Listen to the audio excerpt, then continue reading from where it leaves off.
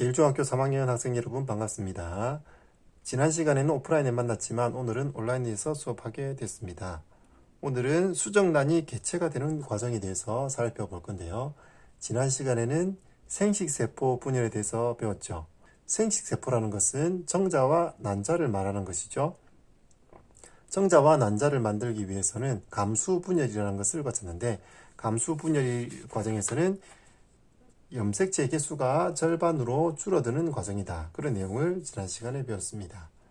염색체 수가 왜 절반으로 줄어들어야 될까요? 정자와 난자와 같이 생식세포는 자손을 낳기 위해서 필요한 세포인데, 내가 자손에게 유전자를 물려줄 때 내 유전자를 전부 다 물려주는 것이 아니라 절반만 물려주기 때문에 염색체 개수를 절반으로 줄이는 과정이 필요했습니다. 그 과정을 그림으로 선생님이 설명해 보면, 우리 몸을 이루고 있는 제세포에 염색체가 들어있죠. 염색체가 몇 개가 있을까요? 이건 동물마다 다른데, 생물마다 다른데, 사람의 경우에는 염색체가 46개가 있어요. 그런데 이 46개가 짝을 이루고 있다 했죠. 이 짝을 뭐라고 했죠? 상동염색체죠.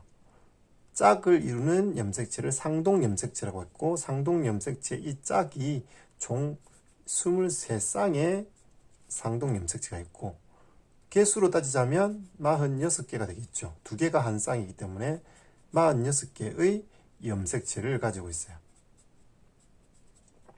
이 염색체 안에 우리의 유전 정보가 모두 들어있는 거죠. 그런데 이 46개를 자손에게 다 물려주는 것이 아니라 이 중에서 절반만 자손에게 물려줘야 되겠습니다. 그래서 우리도 태어날 때 부모에게서, 엄마 아빠에게서 각각 23개씩의 염색체를 받아서 46개의 염색체를 이루게 되었어요. 이거는 23쌍이라고 그랬죠. 하나는 이 쌍을 이루고 있는 짝이 하나는 엄마에게서 하나는 아빠에게서 받았어요. 그래서 23쌍, 46개의 염색체를 갖게 되었다라는 것이고, 다음에 우리가 자녀에게 이것을 물려줄 때도 내가 전부 물려주는 것이 아니라 나도 절반, 내 배우자도 절반의 염색체를 자식에게 물려주게 되는 겁니다. 사람뿐만 아니라 다른 동물이나 식물들도 마찬가지로 염색체 개수가 절반으로 줄어들면서 생식세포를 만들어서 자손을 만들게 되어 있습니다.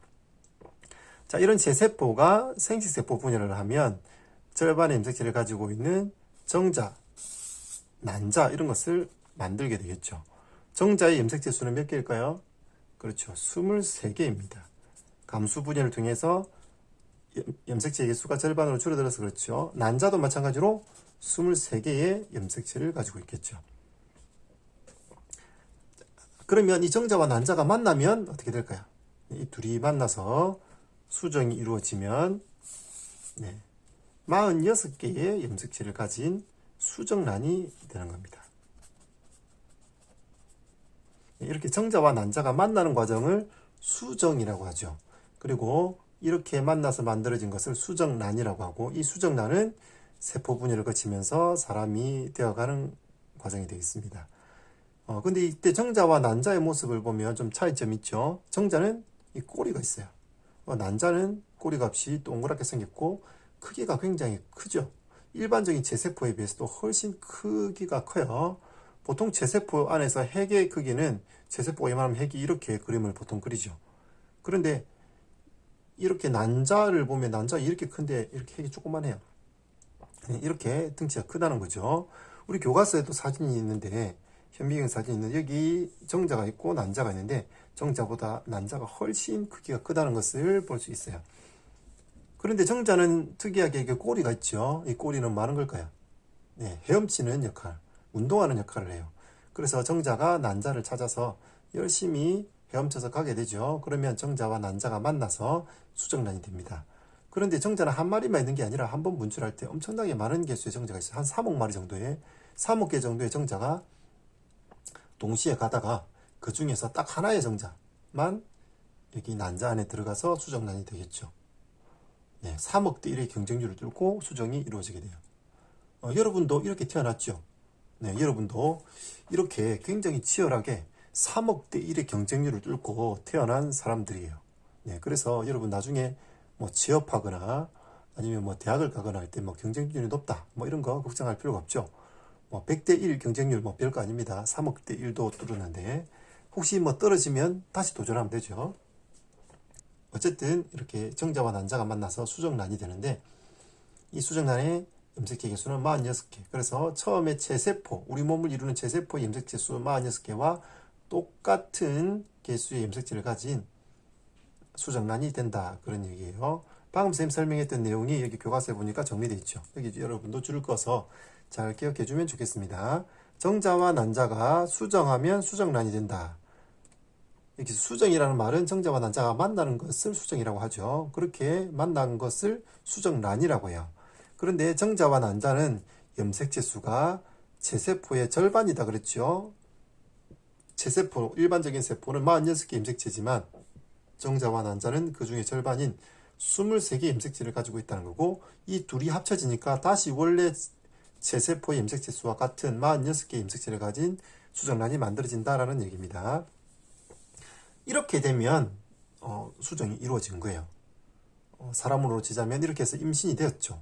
근데 이때를 임신이 됐다라고 바로 이야기하지는 않고, 실제로 임신이 된 것은 이게 수정란이 이동하다가 여자 몸속에서 자궁벽에 착상이 이루어지면 이제 그때부터 수정이 됐다, 그렇게 얘기를 해요. 어쨌든 이렇게 수정란은 세포 분열을 하겠죠.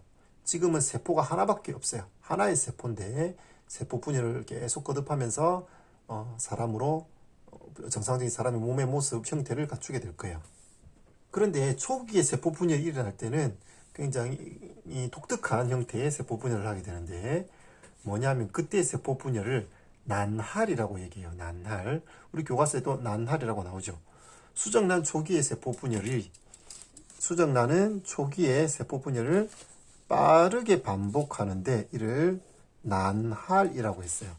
난할이라는 세포 분열은 그냥 보통 체세포 분열하고는 차이점이 있는데, 어떤 차이가 있냐면 세포 분열이 일어난 뒤에 세포가 커지는, 성장하는 기간 없이 계속해서 세포 분열이 일어난다는 특징이 있어요. 왜 그럴까? 왜 그럴까요? 왜냐하면 처음에 이 세포의 크기는 보통 세포, 체세포와 같이 크기가 그렇게 작지 않고 원래 세포의 크기가 굉장히 크다는 거죠. 왜냐하면 처음에 난자의 크기가 굉장히 컸기 때문에 그래요. 정자는 이렇게 작은데 난자는 이렇게 크죠. 이 난자는 보통 세포보다 훨씬 커요. 왜냐하면 안에 양분을 어느 정도 많이 축적하고 있기 때문에 굉장히 크기가 커요. 그러면 세포 분열을 하려면, 일반적인 세포 분열은 작은 세포가 점점점 성장해서 커지면, 어느 정도 커지면 두 개의 세포로 나눠지고, 또 이게 점점 자라서 또 어느 정도 커지면 또 세포 분열을 하고 이렇게 반복했는데, 처음에 만들어진 이 수정란은 처음부터 덩치가 굉장히 크기 때문에 이게 세포 분열을 해서 두 개로 나눠져도 여전히 굉장히 크게 크다는 거죠. 그래서 더 자랄 필요가 없어요. 다시 또 세포 분열을 하죠. 그렇게 해서 또 4개의 세포 분열이 4개가 세포가 됐는데 또 여전히 커요. 그래서 보통의 체세포 크기만큼 크기가 작아질 때까지는 이 세포가 점점점 자라지 않고 그 크기, 그 상태에서 두 개로 나눠지고 또 그대로 또 나눠지고 하면서 세포의 개수는 점점 많아지겠죠. 그러면서 세포 하나의 크기는 점점 어떻게 될까요? 점점 작아지겠죠. 세포 하나하나의 크기는 점점점 줄어들어요. 그래서 보통의 세포 크기가 같아질 때까지 줄어들었다가 그렇게 같아지면 이제는 세포가 조금 자라고 분열하고를 반복하겠죠. 이렇게 세포가 자라는 과정 없이 계속 분열하면서 크기가 점점 작아지고 개수가 늘어나고, 이 과정에서 전체 크기는 크게 변함이 없겠죠. 전체 크기는 별로 변함이 없으면서 세포의 개수가 점점 늘어나고 세포 하나하나의 크기는 점점 작아지는 이런 세포 분열을 뭐라고 한다? 그렇죠. 이 세포 분열을 난할이라고 해요. 그래서 난할을 거듭하는 과정에서는 보통의 세포보다는 세포 분열이 빠르게 일어나겠죠. 네, 그래서 수정란 초기에는 세포 분열을 빠르게 반복하는데 이를 난할이라고 했죠.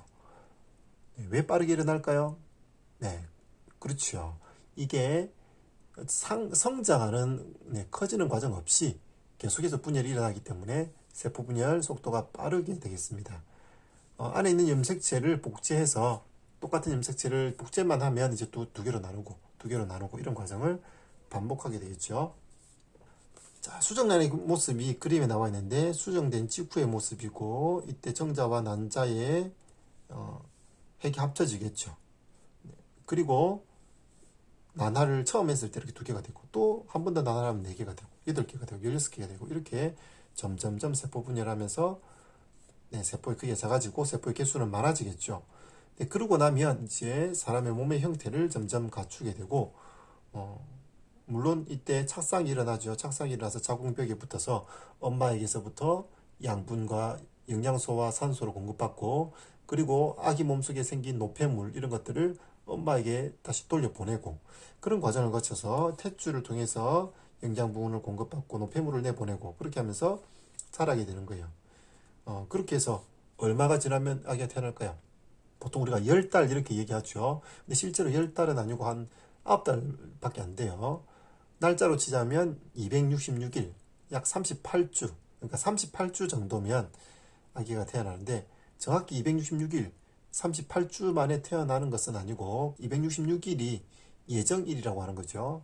예정일이고, 예정일에 아기가 태어날 수도 있지만 보통은 그것보다 좀 더 빨리 태어나기도 하고 더 늦게 태어나기도 하고 그렇게 되는 거예요.